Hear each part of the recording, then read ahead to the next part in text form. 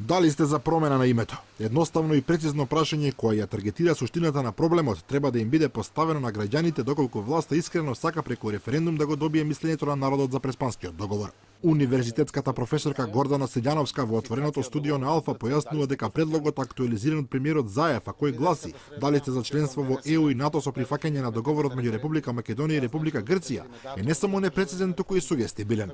Дополнително тоа се 3 прашања во едно, што само по себе е конфузно, бидејќи овие прашања би требало да се одвојат. Што е предмет на консултација? Оти ние имавме со Грција спор за името.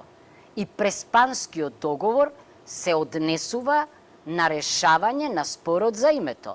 Значи, објект на референдумското прашање треба да биде името. За да биде прецизно едно прашање, треба и медиас рес да биде поставено, односно точно да го таргетира, да ја таргетира суштината. Законот за референдум вели јасно, прецизно и недвосмислено прашање. Така и законот вели. Значи, дали сте за, треба да промена на уставот, односно дали сте за промена на името.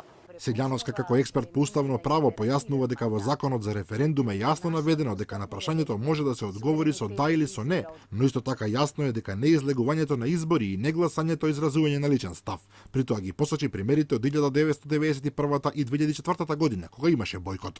Ние секој ден имаме кампања на медиумите врзана за референдумот предстоен, министри се појавуваат, велат дека сите треба да гласаат за, дека не треба да има против. Јас не знам тогаш зошто организираме референдум, ако однапред знаеме каков мора да биде резултатот. Зошто е тоа така? Јасно ни е.